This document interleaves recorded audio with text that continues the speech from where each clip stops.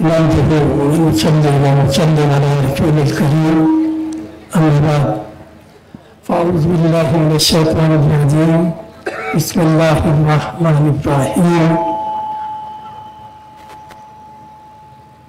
إن الفضل بيد الله يؤتيه من يشاء صدق الله العلي العظيم وصدق رسوله النبي الكريم ربي اشرح لي صدري ويسر لي امري واحلل عقدة من لساني يفقهوا قولي آمين ثم آمين.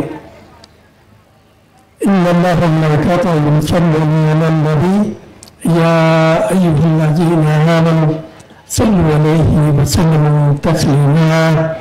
الصلاة والسلام عليك يا سيدي يا رسول الله وعلى آلك وصحابك يا سيدي يا حبيب الله. سب تعریف ہے اللہ تعالیٰ کے لیے. تمام سجدے عبادتیں تعریفیں اس باری تعالیٰ کے لیے اور بے شمار درود و سلام نبی کریم صلی اللہ علیہ وآلہ وسلم آپ کی ذات برکات پر اور ہزاروں رحمتیں و برکتیں اولیاء امت و علماء اہل سنت پر اور آپ تمام حاضرین سامعین کی خدمت میں السلام علیکم. کیونکہ ڈاکٹر صاحب کے معیت میں اور ان کی موجودگی میں بیان کرنا بڑا مشکل ہے کیونکہ مجھے اپنی کم علمی کا احساس ہے، لیکن یہ چونکہ موقع ہے اور میرے لیے سعادت اور شرف ہے کہ آج کے دن ہم حضور سیدنا غوث اعظم رضی اللہ تعالیٰ عنہ آپ کے بارے میں کچھ آپس میں بات کریں، کیونکہ ہم سب عقیدت مند ہیں اور محبت کرنے والے ہیں. اللہ تعالیٰ نے قرآن پاک میں واضح طور پر فرمایا کہ ان الفضل بیاد اللہ، کہ جو فضیلت ہے نا یہ اللہ کے ہاتھ میں ہے. وَيُؤْتِي مَن يَشَاءُ، وہ جس کو چاہتا ہے وہ فضیلت عطا فرما دیتا ہے.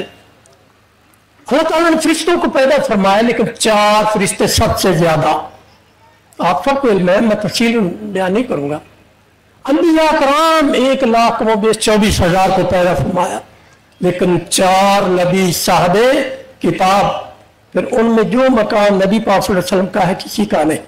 فرشتوں میں اسی طرح جبریل علیہ السلام کا جو مقام ہے کسی دوسرے فرشتے کا نہیں. اسی طرح اللہ تعالیٰ نے کتابیں نازل فرمائی، 4 کتاب، لیکن جو قرآن کو مقام ہے وہ کسی دوسرے کو مقام حاصل نہیں. اسی طرح آپ فلاسفہ کو دیکھیں، قادریہ ہے، چشتیہ ہے، سہروردیہ ہے، نقش بندیہ ہے، مگر جو حضور غوث پاک کے سلسلے کو فضیلت اور برتری ہے کسی اور سلسلے کو نہیں ہے. یہ مقام ہے آپ کیوں؟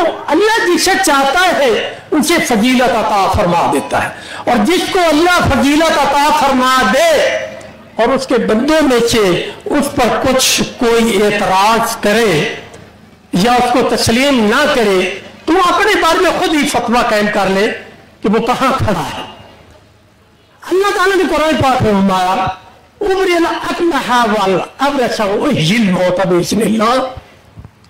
حضرت عیسیٰ علیہ السلام دعویٰ کر رہے ہیں، قرآن کی آیت ہے کہ میں میں اندھے کو بینا کرتا ہوں، اور میں جو بس کا مریض ہوتا ہے، کوڑ کا مریض کو تندرست کرتا ہوں، وہی علم ہوتا بإذن اللہ، اور میں مردے کو زندہ کرتا ہوں. یہ بنی اسرائیل کے ایک نبی کا دعویٰ ہے. تو حضور فرماتے ہیں علماء امتی کا انبیاء بنی اسرائیل، میری امت کا جو ولی ہے، جو عالم دین ہے، وہ بنی اسرائیل کی نبی کی مثل ہے. اگر بنی اسرائیل کا ایک نبی مردے کو زندہ کر سکتا ہے، کوڑ کے مریض کو تندرست کر سکتا ہے، اندھے کو بینا کر سکتا ہے، تو پھر میرے غوث اعظم کا دعویٰ ماننا پڑے گا. मानना पड़ेगा। इसलिए उन्होंने करके दिखाया, उन्होंने करके दिखाया। और आपका मकाम वो हजरत इमाम अब्दुल्ला याफी अरसाद याफी रहमतुल्लाह अलैह फरमाते हैं कि अगर दुनिया के फूल जितने हैं उगे हुए, उनकी टहनियों को, शाखों को कलम बना दिया जाए और उनकी फूलों की पत्तियों को कागज बना दिया जाए, तो हजूर गौसे आजम रज़ी अल्लाह ताला अन्हु के इतने फज़ाइल और कमालात हैं, उन पर बयान नहीं हो सकते। ये मकान है आपका। और आप ये बात बड़ी कम किताबों, लेकिन मैं कोई बात गैर मेयारी, गैर मुस्तनिद किताब के हवाले से बात नहीं करूंगा। हजूर गौस पाक रहने का ये मकान है कि आपके पसीना मुबारक से खुशबू आती थी और आपके बोलो रात को जमीन जज्ब कर लेती थी, और आप धूप में खड़े होते तो बादल जो है वो छाया फिकन हो जाता था। आपसे पूछा गया हजूर ये तो अंबिया का मकाम है, बल्कि इमामुल अंबिया का मकाम है कि उनके लिए जो है वो बादल छाया कर देते थे और आपके पसीना मुबारक से खुशबुएं आती थी और आपके लुआब दहन से लोगों को शिफा मिलती थी। लेकिन ये सारी खूबियां आपके अंदर है, आप जबकि नबी तो नहीं है।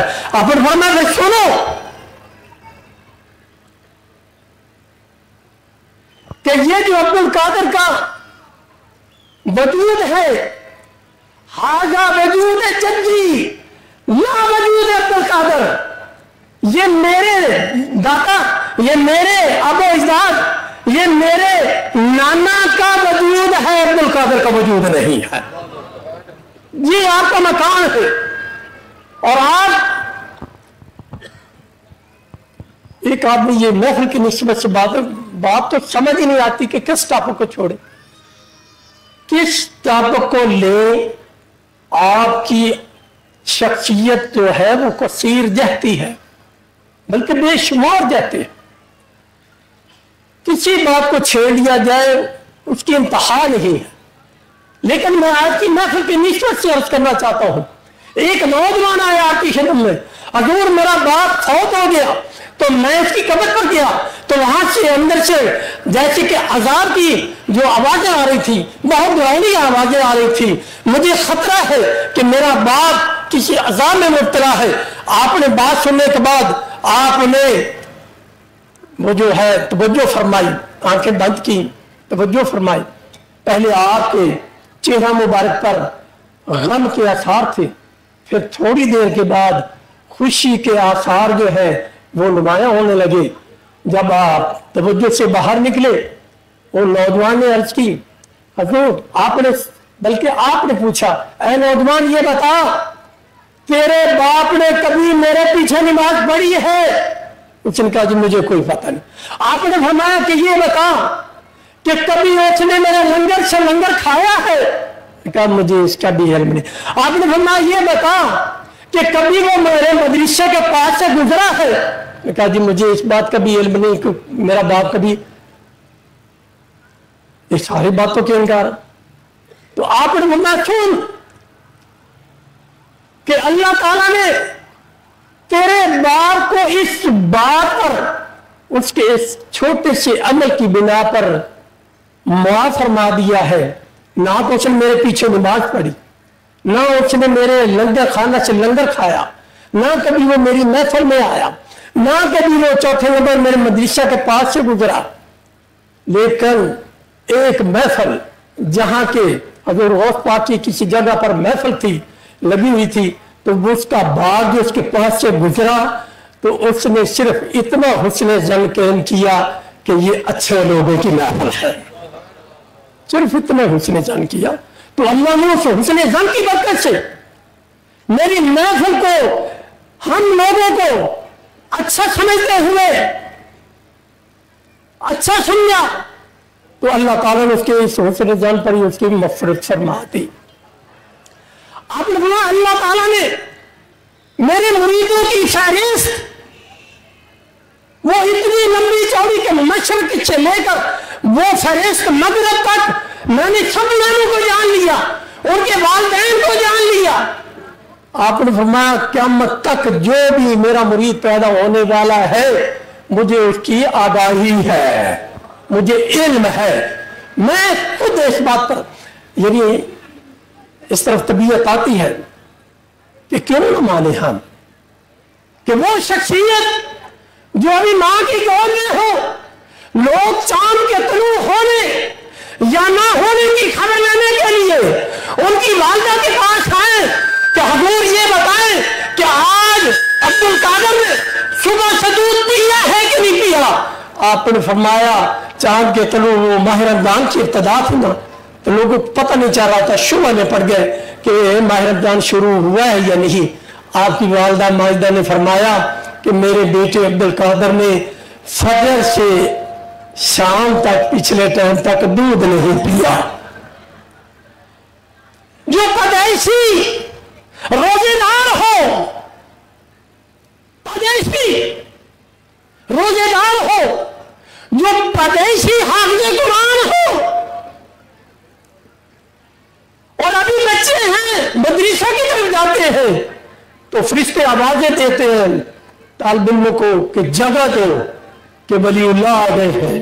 अभी बच्चे हैं, तहसील इल्म हासिल कर रहे हैं, अभी तो इल्म हासिल के लिए बगदाद शरीफ जा रहे हैं। गिलान से, गिलान तो ये कस्बा ईरान का है, वहां से बगदाद शरीफ जा रहे हैं।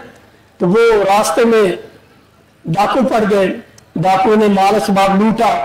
आपसे पूछा, जिस तरह ये पहले मेरे फादर नौजवान फरमा रहे थे कि झूठ नहीं बोलना, सच बोलना।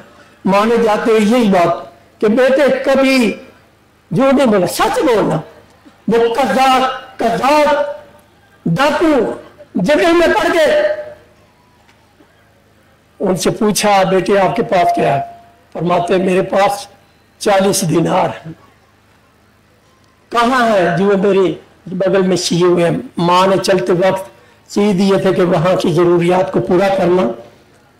तो उन्होंने कहा कि डाकुओं से तो लोग डरते हैं और तुम्हें डर ही नहीं है। तो कहा जी माँ ने ये तालीम देकर भेजा था कि बेटा हमेशा सच बोलना। ये हमें भी ऐसे ही जिस तरह उन्होंने फरमाया अमल करना चाहिए। तो वो अहमद बदवी जो डाकुओं का सरदार था, उसने कहा भी देखो एक बच्चा अपनी मां से वादा करके आया है तो वो उसको नहीं तोड़ना चाहता। सब खतरात के बावजूद हम कैसे हैं कि हम मुसलमान कहने को दावा करते हैं इस्लाम का, मुसलमान होने का, मगर हमारी हालत तो ये है कि हम लोगों का माल हराम खाते हैं। बहरहाल ये वो खानदान, मैं समेट देता हूँ बात को। बात तो मैं पहले अर्ज किया, किसी पहली कोई छेड़ने की कोई हद ही नहीं है कि कौन सा पहली छेड़ है, आपकी कौन सी बात को छेड़। बात यह है कि आपके मुल्ला अली कारी रहमतुल्लाह अलैह मुहद्दिस हुए, अरबी नस्ल, और शरह मिशकात शरीफ आपने शरह लिखी, मिशकात शरीफ की आपने अपने तस्नीफ में जो हज़रत सैयदना गौस आज़म रज़ियल्लाहु अन्हु आपके हालात जिंदगी लिखे हैं, ये भी बात जेल में रखे। आपके हालात जिंदगी मुहद्दिसीन ने लिखे हैं, मुअर्रिखीन ने नहीं लिखे, मुहद्दिसीन ने। और मुहद्दिस हमेशा एहतियात बरता है किसी बात की रवायत करने में, वो संदात को कायम करता है। और अबुल हसन शकरूफी रहमतुल्लाह ने तो बहजतुल इशराक किताब लिखी, तो उन्होंने संदात बयान की कि फलाने फलाने फलाने फलां से फलाने फलां से ये देखा कि हजूर गौस पाक रज़ियल्लाहु अन्हु क्या फरमाया, ये उनकी करामत कैसे सादर हुई। आप याद रखें कि आपकी करामात जो है वो इस्तराबी नहीं, इख्तियारी है। पता नहीं करामत होगी कि नहीं होगी, ये नहीं होगा, इख्तियारी है। और ये भी याद रखे कि हर वली के लिए अपने वलायत छुपाना फर्ज है, जरूरी है, लेकिन गौस पाक के लिए नबियों की तरह जिस तरह अंबिया कराम पर फर्ज था कि वो अपनी नबूवत का ऐलान करें और नबूवत का प्रचार करें। हजरत गौस पाक को अपनी वलायत का, गौसियत उज़्मा और कुतुबियत कुबरा का ऐलान करने का हुक्म था। और इसी हुक्म के तहत आपने हलवा महल्ला में जो आपने बात कि मेरा ये कदम हर वलीउल्लाह के कंधों पर है, वो इसीलिए था कि हजूर के कदम आप इस पर आप इमाम रज़ा मुहद्दिस बरेलवी रहमतुल्लाह आपने 2 अलग अलग किताबें लिखी है, एक अफजलियत गौसे आजम और दूसरा कदमी हाजिही अला रकबत, ये इस पर आपने अलग किताब लिखी और ऐसे वाकयात लिखे और हदीस की रोशनी में, कुरान और हदीस की रोशनी में, अय्यौम नदउ कुल्लु उनासिन बिइमामिहिम, आज के दिन हम तमाम लोगों को उनके इमामों से, इमाम जिनके मुंह का बहुत किद होंगे, जिनको पैरोकार होंगे, उनसे बुलाएंगे। हम कादरी फाजली हैं, हम हजूर फाजलुद्दीन रजलन के झंडे के नीचे हजूर गौस पाक के साए आफत में होंगे इंशाअल्लाह। क्यों? अल्लाह खुद कुरान में फरमा रहा है कि हम हर कौम को उसके इमामों के साथ उठाएंगे, उनको पुकारें, नदउ कुल्लु नासिन, तमाम लोगों को उनके इमामों के साथ उठाया जाएगा। हमारे तो इमाम ही फाजलुद्दीन है, हमारे तो इमाम ही गौस पाक गौसे आजम है। ये घर गौसे आजम का घर भी है और ये दर गौसे आजम का दर भी है, और इससे ऊंचा ना कोई घर देखा ना कोई दर देखा। और हकीकत बात है, हजूर सिदरा बद्र मोहिद्दीन रिजवानुल्लाह अलैह, हजूर सिदरा नज़्म मोहिद्दीन रिजवानुल्लाह अलैह, ऐसे लोग भी मौजूद होंगे जिन्होंने उनकी सोबत पाई है। हजूर सिदरा बद्र मोहिद्दीन रिजवानुल्लाह ताला आपकी उन्होंने सोबत पाई होगी। वो कैसी शख्सियात थी जिनके बारे में तो अलग बयान करना बहुत जरूरी है, और उनकी शख्सियात, उनके फज़ैल शुमैल करामात और उनसे जो अल्लाह ने सदूर किए वो बयान करने के लिए अलग महफिल होनी चाहिए। लेकिन बात करने का मकसद ये है कि उनके ही चश्मो चराग, उनके ही पोते हजूर सिदना बद्र मोहिद्दीन रिजवान जो बदरुल माली है, शमसुल आलूम है, जिन पर इल्म जो है ना आके खड़ा हो जाता है, और सूरज जैसे तुलू होता है ना सूरज, तो सारी कायनात को वो जगमगाता है। हजूर सिदना बद्र मोहिद्दीन रिजवानुल्लाह का इल्म, और बदर चांद वो उसमें कोई नक्श नहीं होता, वो पूरा बदर चांद जो होता है पूरा चमक रहा होता है। वो इल्म के बदर और इल्म के सूरज उनके तो सामने हम बोल भी नहीं सकते। ये तो इनका कर्म है कि इन्होंने हमें इजाजत दी है कि आप कुछ ना कुछ बयान किया करें। तो मैं ये नजर करता हूं कि आपके पोते किबला डॉक्टर सैयद मुफज्जल मोहिउद्दीन कादरी मस्जिदुल्लाह आली दमत बरकातुल आलिया हमारे दरमियान में तशरीफ फरमा है, हमारी सरपरस्ती फरमा रहे हैं, हम पर नजर करम फरमा रहे हैं। देखिए बात ये है कि इल्म लदुनी, इल्म जो है ना मार्फत, ये तो अल्लाह चाहे तो बराह रास्त भी ही अता कर सकता है। मगर मूसा को खिज़र अलैहिस्सलाम के बाद भेजा इल्म लदुनी सीखने के लिए। मूसा का वो जो कलीम अल्लाह है, वो कलीम है, वो तो रब से बराह रास्त इल्म ले सकते थे, लेकिन अल्लाह ने फरमाया नहीं, तुम नबी जरूर हो मगर मेरे लदुनी के लिए मैं तुम्हें अपने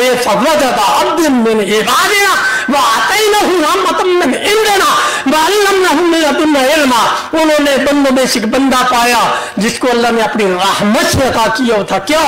इल्म लदुनी।